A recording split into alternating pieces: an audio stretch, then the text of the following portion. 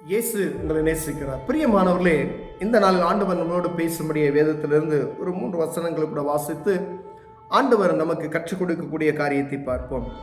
அது யோவான் புஸ்தகம் 21வது அதிகாரம் 5வது வசனம், 6வது வசனம், 7வது வசனம் இப்படியாக சொல்லுகிறது. இயேசு அவர்களை நோக்கி, பிள்ளைகளே, புசிக்கிறதற்கு ஏதாகிலும் உங்களிடத்தில் உண்டா என்றார்.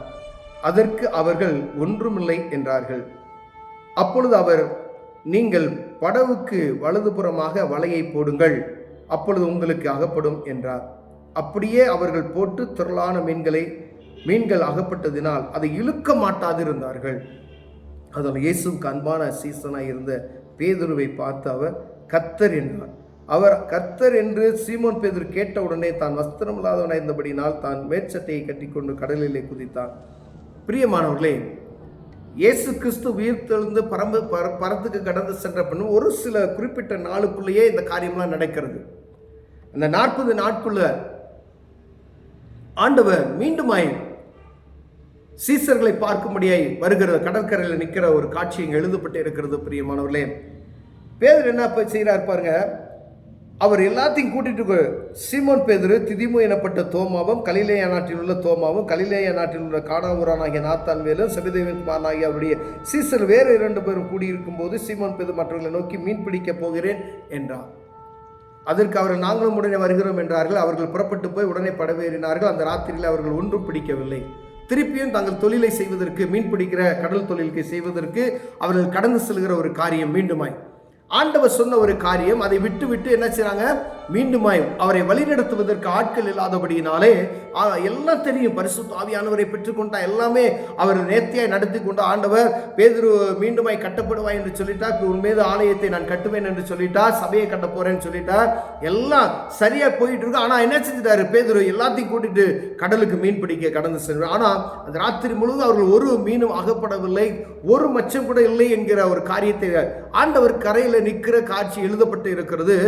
ஆண்டவர் கேட்கிறார், பிள்ளைகளை, புசிக்கிறதுக்கு ஏதாவது உங்களிடம் இருக்கிறதா என்று. கடல்ல இருந்து வரக்கூடிய மக்களை ஜனங்களை பார்த்து கேட்கிறார். கடல்ல போட்ல வரவங்களை கரைக்கு தூரத்துல பேசக்கூடிய சத்தம் கேட்கக்கூடிய தூரத்தில் நிற்கக்கூடியவர்களை பார்த்து, புசிக்கிறதுக்கு ஏதாவது உங்கள்கிட்ட இருக்கா, போட்ல இருக்கவங்களை பார்த்து கேட்கிறார். அப்போ அவங்க சொல்றார், இயேசு அவர்களை நோக்கி, பிள்ளைகளை, புசிக்கிறதுக்கு ஏதாவது உங்களிடத்தில் உண்டா என்றார். அதற்கு அவர்கள் ஒன்றுமில்லை என்றார்கள். அப்பொழுது அவர்கள், நீங்கள் வலதுபுறம் வடதை போடுங்கள். பாருங்க, நம்ம மீன் பிடிக்கிறதுக்கு கடல்ல எவ்வளவோ போராடி கொண்டு இருக்கிறார்கள் ஜனங்கள். மீனவர்கள் படுகிற கஷ்டங்கள் எவ்வளவு நெருக்கங்கள். வலை இல்லை, வலையை கிழிச்சிடறான், அங்கே போனால் துப்பாக்கியில் சுட்டுறான், எவ்வளவோ பிரச்சனைகள் நடந்து கொண்டு இருக்கிறது. ஆனால் வானத்தையும் பூமியும் படைத்த தேவன் உங்களை முன்குறித்து இருக்கிறார் என்பதை நீங்கள் அறியாதபடி இருக்கிறபடினாலே ஆண்டவர் உங்களோடும் என்னோடு பேசிக்கொண்டு இருக்கிறார். பிரியமானவர்களே, என் மீனவ நண்பர்களே, உங்களுக்கு ஆண்டவர் சொல்லுகிறது, இயேசு கிறிஸ்துவின் நாமத்தினால நீங்கள் ஒரு காரியத்தை செய்யும் பொழுது ஆண்டவர் உங்களை ஆசீர்வதிக்க வல்லமையுள்ளவராக இருக்கார். பாருங்க, கடையில இருந்து கேட்கிறார், ஏதாவது உங்கள்கிட்ட இருக்கா புசிக்கிறதுக்கு என்று. ஏன் அப்படி கேட்டார் ஆண்டவர்? அங்க ஒண்ணு இல்லைன்னு சொல்லி தான் கேட்கிறார். ஏன்னா ராமுழுதும் அவங்க பிரயாசப்படுகிறார், ஒன்றும் காணப்பட முடியவில்லை. ஆனா ஆண்டவர் அவர்கிட்ட கேட்கிறார், ஒன்றும் இல்லை ஆண்டவரே, நீங்க வலது பக்கமா வலைய போடுங்க. எங்க? கரையில தான் சொல்றாரு, கரையில தான் வலையை போட சொல்றாரு. உடனே அவர்கள் இழுக்க முடியாத அளவுக்கு வலைகள் நிரம்பத்தக்கதாய் மீன்கள் இருந்தது என்று சொல்லப்பட்டு இருக்கிறது. பிரியமானவர்களே, அப்பதான் இயேசு என்கிற உணர்வு அவர்களுக்கு வருகிறது. ஆண்டவர் என்கிற உணர்வு வருது. பேதுரு கடல்ல குதிக்கிறாரு, நான் சண்டை ட்ரெஸ் ஒழுங்கா போடலன்னு சொல்லி. அப்ப ஆண்டவருடைய காரியத்தை, மீன் பிடிப்பதற்கு கூட ஆண்டவர் ஒவ்வொரு பூமியில இருக்கக்கூடிய அனைத்து காரியத்துக்கும் ஆண்டவருடைய நாமம் இல்லாதபடி ஒன்று காரியத்தை செய்ய முடியாது. பிரியமானவர்களே, இங்க சொல்றாரு, வலது பக்கம் வலைய போடுங்க. அவர் சத்தத்துக்கு மீன்கள் கூட கீழ்ப்படியும். யோனாவை நினைவே பட்டணத்துக்கு போச்சுனார். அங்க அவனை முழுங்குவதற்கு ஆண்டவர் மீன் ஆயத்தம் பண்ணுகிறார். மீன் வயிற்றுக்குள்ள 3 நாள் இருக்கிறார் உயிரோட. திருப்பி கட்டளையிடார், கரையில போய் கக்கி விடுகிறது. உயிரோடு எந்திரிச்சு என்ன செய்றாரு, போயிடுறாரு. அப்ப பாருங்க, ஆண்டவருடைய சத்தத்துக்கு கடலில் இருக்கக்கூடிய மச்சங்கள் கீழ்ப்படுகிறது. ஆனா அவரை போல சாயல் உள்ள படைத்த மனிதர்கள் நாம் கீழ்ப்படியாம இருக்கிறோம். எத்தனை மீனவர்கள் ஒரு பாடு இல்லை, ஒண்ணு இல்லை அப்படின்னு சொன்னாங்க. ஆனா எத்தனை நாள் தேவ சமூகத்துல போய் நீங்க ஜெபிச்சிருக்கீங்க, இயேசுன்ற நாமத்தை நீங்க அறிந்திருக்கிறீங்களே, எத்தனை நாள் தேவ சமூகத்துல போய் ஆண்டவரே என்று அவர் சத்தத்துக்கு நீங்க செவி கொடுத்திருப்பீங்களா?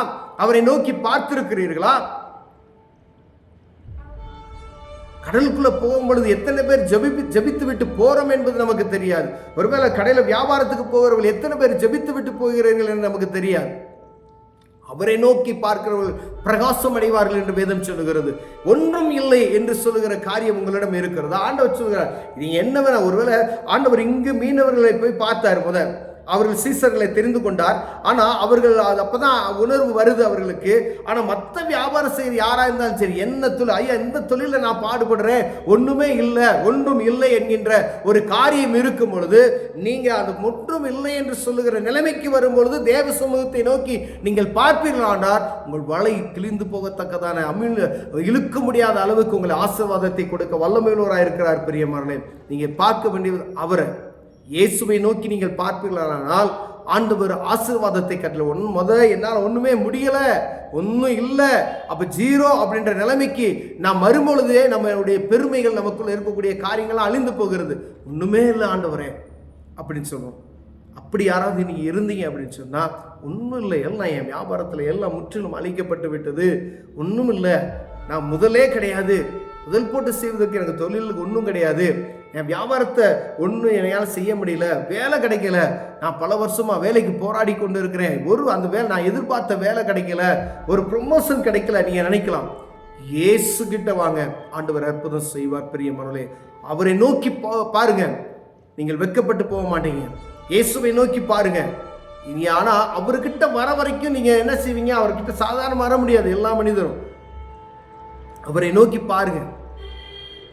எத்தனை பிரச்சனை தான் நம்முடைய பாடுகள், உலகத்து மனுஷத்தை தான் போய் சொல்லிக்கிட்டே இருப்போம், எனக்கு முடியல, பாடு இல்லை, கட்டி போகல, லாஞ்சை கட்டி போட்டு வச்சிருக்கீங்க, வல்லத்துல பாடு இல்லை, தொழில் சரியில்லை, எல்லா வியாபாரத்திலையும் எல்லா தொழிலையும் சரியில்லை சரியில்லை சரியில்லை சரியில்லை அப்படின்ற சத்தத்தை நாம் கேட்டுக்கொண்டு இருக்கிறோம்.